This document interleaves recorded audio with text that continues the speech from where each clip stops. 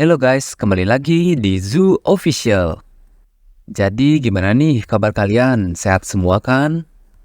Terima kasih ya yang sudah mau meluangkan waktu untuk menonton channel ini. Oh iya, terima kasih juga yang sudah mau like, komen, dan subscribe. Sebelum kita memulai videonya, intro dulu ya guys.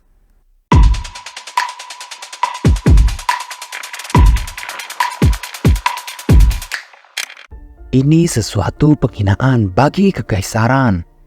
Bukan suatu kebohongan jika ini disebut pengkhianatan, ucap dari Segunda. Hahaha, bukannya sudah jelas kau sang pengkhianatnya, Segunda? Aku sudah bilang aku punya buktinya. Segunda pun tersenyum dan ia bergumam, Lufthanent tidak akan datang. Karena ada asasin di sepanjang jalan yang menuju ibu kota. Kau sedang menggali kuburanmu sendiri, Eren, gumam Segunda. Tiba-tiba ada seorang prajurit yang tergesa-gesa menghadap ke panglima kerajaan. Kapten, ada penyusup yang masuk ke kaisaran. Mereka berpisah dari para Griffin. Mereka adalah pasukan udara. Sebelumnya tidak pernah ada yang melakukan hal itu. Tiba-tiba sebuah kereta kuda pun mendarat tepat di hadapan semua orang.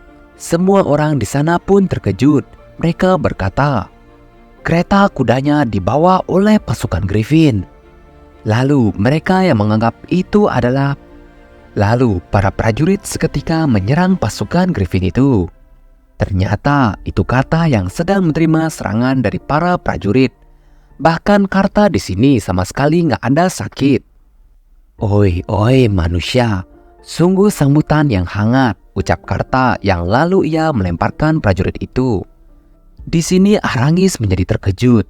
Ia bergumam, ork itu jauh lebih besar dibanding ork biasa dan dia jauh lebih kuat. Lalu semua prajurit pun segera menerjang pasukan Eren. Ternyata akhirnya Babang Elkin kita sudah turun tangan dan siap untuk menunjukkan aksinya. Dengan kedua pedangnya, ia satset langsung mengalahkan pasukan khusus kerajaan dengan sangat mudahnya. Di sini Panglima bergumam, pasukan Royal Guard yang elit. Mereka adalah yang terbaik dari yang terbaik. Bisa dikalahkan dengan semudah itu. Warna kulit itu dan dua pedang yang dibawanya. Itu sudah pasti kesatria dari Valvas, ucap dari Arangis. Lalu Ron pun turun dari kereta kudanya. Ia berkata, mereka harus membayar kondisi kapten yang tidak bagus sebagai kesatria teladan. Segunda yang melihat Ron dibuat terkejut. Dia menghilang tanpa jejak. Kenapa dia bisa menjadi bawahan dari Eren Pendragon? Lalu ketua pasukan berkata, kami sungguh meminta maaf atas ketidaksopanan yang kami tunjukkan yang mulia. Hari ini kami di sini dalam misi yang sangat penting yang berkaitan dengan takdir dari segenap kekaisaran. Orang-orang di sana pun langsung menggosipkan pasukan Eren yang tiba-tiba datang. Eren pun akhirnya angkat bicara. Hei, kau mengambil jalur udara untuk menghindari asasin. Sejauh ini aku mengerti. Namun ini tak terduga, Ron. Ternyata kau mencolok seperti ini. Ron pun berkata, kami dihentikan oleh pasukan Griffin dan tak bisa memberikan penjelasan lebih lanjut. Bukankah akan berbahaya jika kami tidak datang malam ini? Kami melakukan semuanya untuk melindungi Anda, Tuan kami, ucap Ron. Di sini Eren terkejut ya mendengar perkataan dari Ron. Tiba-tiba Argos pun mendekat ke arah mereka. Sepertinya kita akan dengan mudah akrab dengan mereka, Leon, ucap Argos. Di sini Eren pun memperkenalkan Argos. Ia adalah Argos. Dia petarung kuat yang baru saja bergabung dengan kita. Dan sudah jelas kedatangan kami untuk melawan mereka yang ingin berkuasa di kekaisaran secara tidak baik. Tiba-tiba Segunda berteriak, apa yang kalian bicarakan? Apa kalian semua tak melihat itu? Mereka bahkan mengacau tepat di depan sang kaisar. Sudah jelas kalau mereka merencanakan pemberontakan terhadap kekaisaran. Eren pun memotong perkataan Segunda. Hei, kenapa kau terburu-buru begitu, Segunda? Akan kukatakan sekali lagi, satu-satunya pengkhianat di sini adalah kau. Dan buktinya ada di sini, ucap Karta yang melemparkan Lufthansa. Tepat di sebelah Eren, Lufthansa sudah terbaring lemas dan semua mata pun tertuju ke mereka bertiga. Melihat Lufthansa di depan matanya, Segunda menjadi berkeringat dingin. Ia bergumam, "Sial, kenapa bisa jadi seperti ini? Kenapa bajingan Lufthansa itu bisa ada di sini?" "Ah, kok bisa gini sih?" ucap Segunda terbata-bata. Eren pun berkata dengan tegasnya, "Nama pria ini adalah Lufthansa. Brescia, kaum yang dulu sangatlah kuat dan tersohor di Sisuk. Dan pria ini merupakan salah satu pelaku di balik upaya pembunuhan terhadap Pangeran Sion 3 tahun yang lalu." Mendengar itu, semua orang menjadi sangat terkejut. "Hah?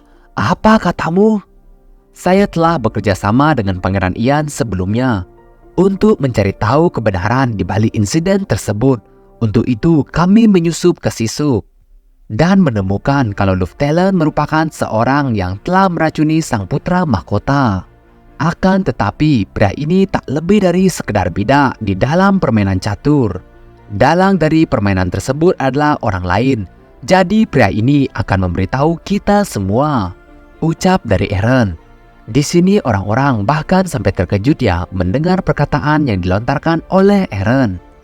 Eren kembali melanjutkan perkataannya, sambil semua orang berusaha mencerna perkataannya mengenai identitas dari sepengkhianat yang berani menunjukkan taring mereka kepada kekaisaran dan membongkar dosa-dosa mereka ke dunia hari ini. Lalu Panglima berkata, "Aku memberimu izin untuk berbicara." Lalu Eren membawa Lufthansa mendekat ke arah Yang Mulia Raja. Di sini Segunda udah ketakutan bukan main. Lalu tidak habis akalnya, Arangis langsung mengaktifkan cincin yang tiba-tiba mengeluarkan aura berwarna ungu. Dan saat itu juga membuat Segunda berteriak sejadi-jadinya. Ini percis kayak kerasukan. Tanpa pikir panjang, Segunda langsung menerjang Eren di depan semua orang. Eren bergumam, "Sial, dia cepat." Tapi ternyata yang diserang Segunda itu adalah Lufthansa yang membuat Lufthansa langsung KO seketika. Melihat itu, Eren pun bergumam, "Sial, saksi satu-satunya bisa-bisanya dihabisi tepat di hadapanku."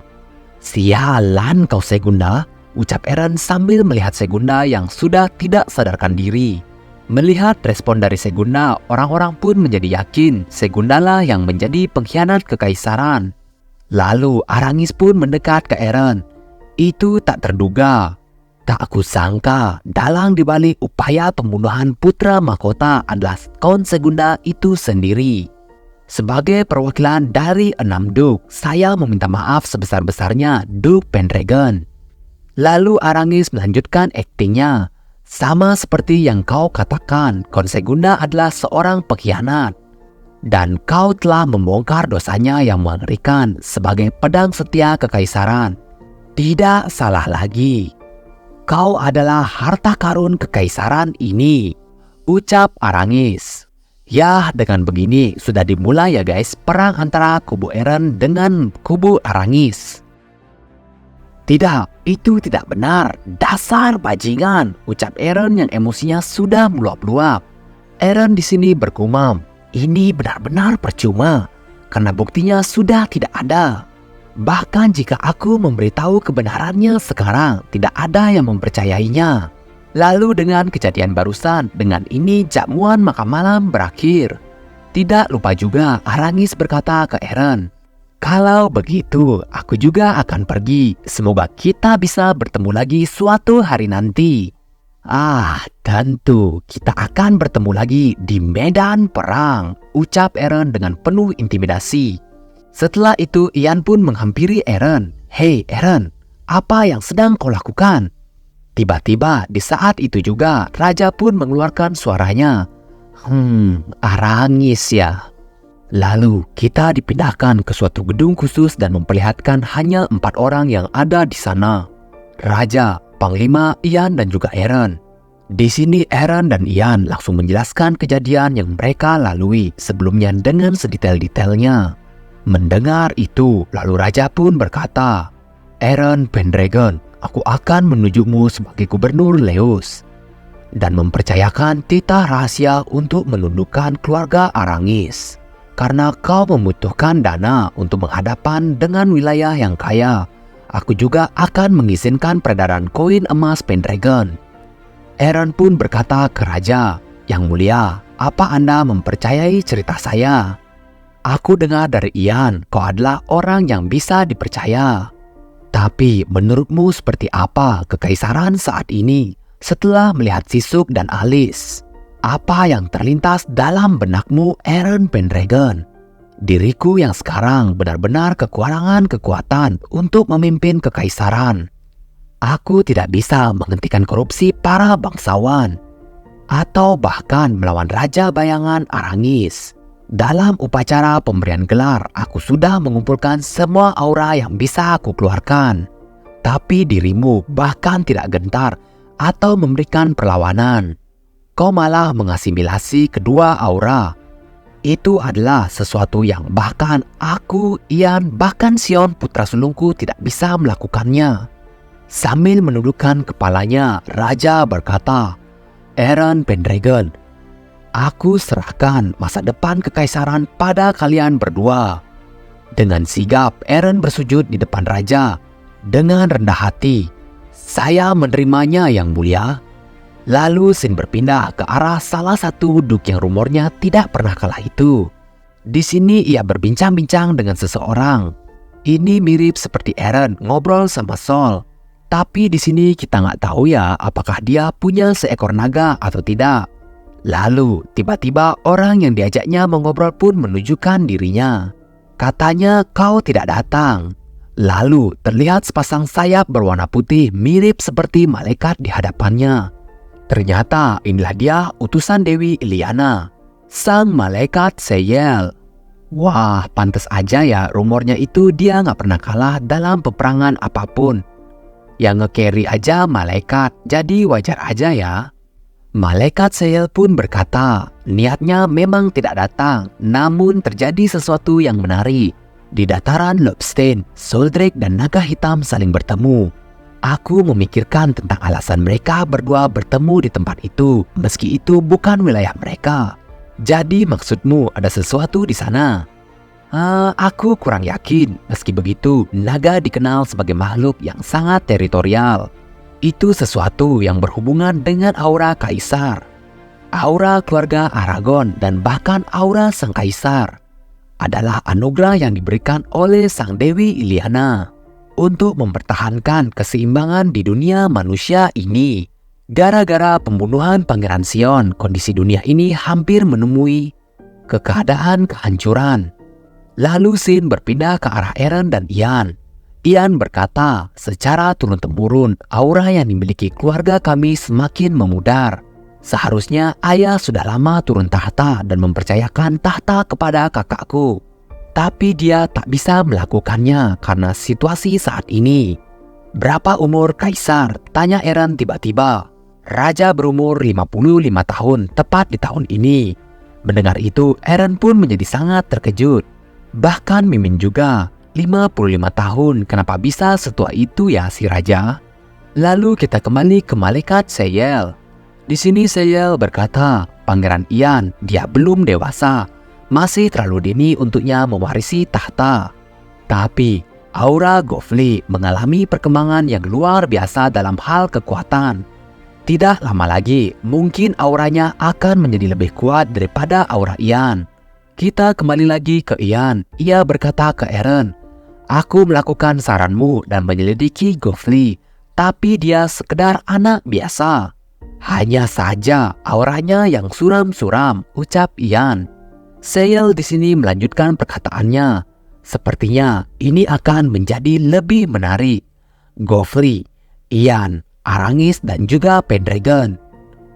Mereka adalah individu yang akan memikul tanggung jawab atas masa depan kekaisaran. Dan mungkin individu yang akan menentang logika dunia ini. Rasanya seperti karma di dunia ini. Menjadi kacau karena kekuatan yang begitu kuat." Lalu kita dibawa ke arah Leon yang sedang berlatih. Di sini Leon sudah bisa ya menandingi salah satu prajurit kerajaan di sana. Bahkan Leon kali ini bisa dibilang sudah mendominasi di area pelatihan. Melihat itu, Aaron dan Ron pun terkejut. Perkembangannya sangat cepat. Ini luar biasa, ucap Ron. Setelah latihan berakhir, akhirnya pasukan Aaron berpamitan dengan Panglima Kerajaan. Aaron di sini juga bertanya satu hal sebelum ia pergi. Apakah kau tahu tentang satuan demon? Yah, tentu. Itu kan satuan yang dikhususkan untuk membasmi para monster, ucap Panglima. Di sana adalah tempat para kriminal. Terkadang aku berpikir tentang alasan mereka menjadi bagian dari militer kekaisaran. Jadi, di mana mereka sekarang? Tanya Aaron to the point. Mereka berada di selatan sekarang, lebih tepatnya berada di Great Sea of Trees. Mereka sedang menaklukkan monster bernama King of Beasts, ucap Panglima itu. Selama perjalanan pulang, Aaron pun terus memikirkan perkataan dari Panglima. Ia bergumam, King of Beasts itu adalah Raja Troll. Itu berarti sejarah belum berubah. Haruskah aku memberitahu mereka kalau Baltai adalah dalang di balik kejadian Sisu dan membuat mereka mengusirnya? Tampaknya kami akan bertarung lagi. Aku akan benar-benar menghabisi kalian semua dengan tanganku sendiri, ucap Aaron. Oke guys, akhirnya mentok juga ya babang Aaron kita. Menarik ya untuk ditunggu kelanjutan ceritanya hanya di Zoo Official. See you guys.